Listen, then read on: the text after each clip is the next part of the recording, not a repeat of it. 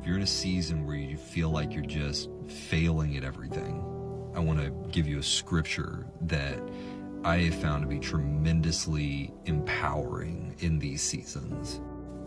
So the scripture is Micah 6:8. It says, "For you already know what to do, what is good, what Adonai demands of you. Nothing more than to act justly, love grace, and walk in purity before your God." The reason I find this scripture so powerful is that when you pair it with something that Solomon said at the end of Ecclesiastes, you get this template for success, for how to have a successful day even when you are just failing at everything else in life. So Solomon in Ecclesiastes goes through and he lays out everything that can be done under the sun. And you got to bear in mind, Solomon was, this guy had the maximum of everything, right? Like Solomon had more concubines. The guy had a harem so big, he could have slept with 3 women every day for his whole life and he still wouldn't have managed to make it through the entire harem that he had. So, this guy had when it comes to sex, this dude had it all. He had the greatest kingdom of his time. His kingdom was so powerful, was so magnificent, that people from other magnificent kingdoms came to Solomon to give him gifts simply to observe the kingdom and hear his wisdom. He was the wisest person to ever live, except Jesus. The wisest. This guy understood and fathomed this world in a way that no one before or since other than Jesus has ever understood it. He had more wealth than he would ever be able to spend. He literally built buildings, created projects for himself. There is nothing that a person could do in this life or acquire in this life. I want you to think the billionaires that you're looking at, Solomon was able to acquire things that the billionaires in our age would not be able to acquire because the world is not set up the way that it was back then. He was able to acquire things in a way that can never be duplicated. I know I belabored that point, but there's a reason for it.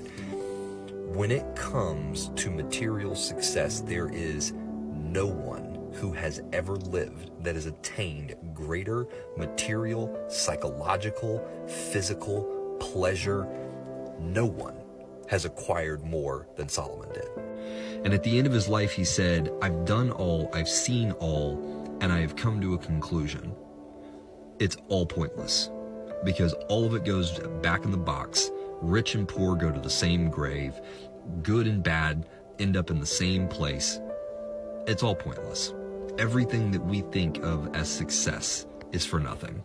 And then he says this very interesting thing. He says, so what is the sum of the matter, right? He's explored all that there is to explore, acquired all that there is to acquire, and he sums it all up and he says, in the end, there is only one thing that matters. Fear God and keep his commandments, for this is what it is to be human. So when you pair that with Micah 6:8, what you end up with is the template for how to have a successful day, no matter how much everything in your life is failing. Like right now, if you've been following my channel, my business failed. My financial situation has just been in this perpetual state of devolving. I'm being sued by creditors. It's ongoing. This is not going to end anytime in the near future.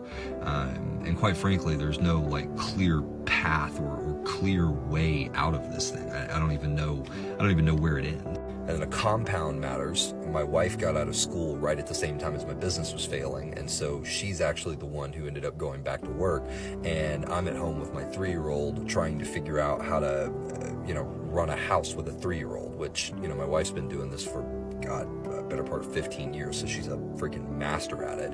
And so I'm over here, continuing down the path of every day I wake up feeling like a complete and utter failure because I'm trying to do something that is way outside of my skill base.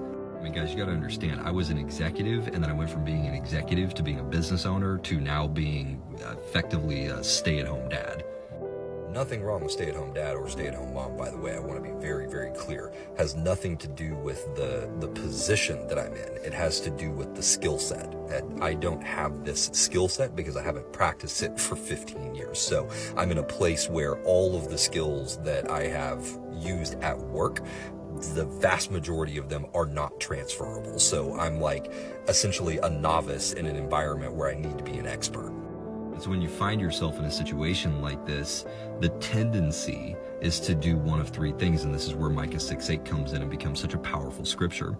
The tendency is to first begin to look for ways to extricate yourself from the situation. And usually the way that happens is by doing things that benefit you over others, which is not acting justly. And so that's why the first one is act justly. Right? The second one is to love grace, because the second thing we tend to do whenever we find ourselves in a place where we feel low and we feel like a failure is we want to make ourselves feel better. And so we begin to compare. And so we look at other people and go, well, why is their life better? Why are they getting, not having to go through this situation? But if you love grace, which is God's unmerited favor, then you'll never compare yourself to anyone, because you love that God's grace is there to cover them and to provide unmerited favor to others. And so you don't compare because you love grace.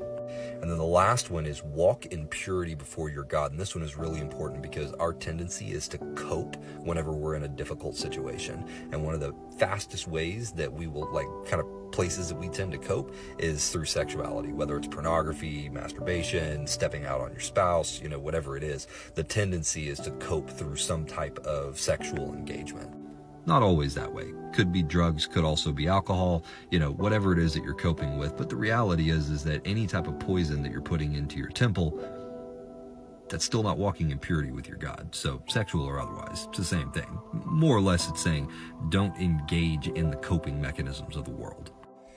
But if you do that, if you will do those three things, act justly, love grace, and walk in purity before your God, no matter what the outcome of the day is, you have succeeded.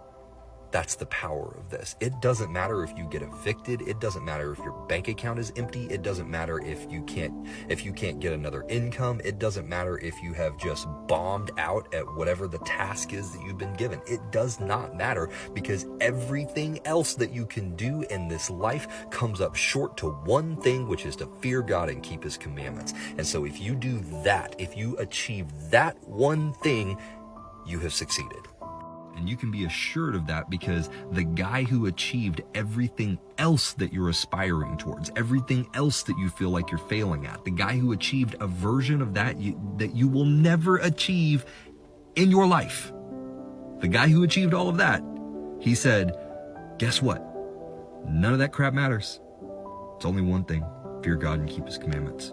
And Micah gives us the template for exactly how to carry that out. Act justly, love grace, walk in purity with your God. I hope this helps somebody tonight, because Lord knows I needed it, man. I feel like I'm just dragging myself across the concrete every freaking day right now. And preaching to myself tonight, but I hope this helps one of you as well.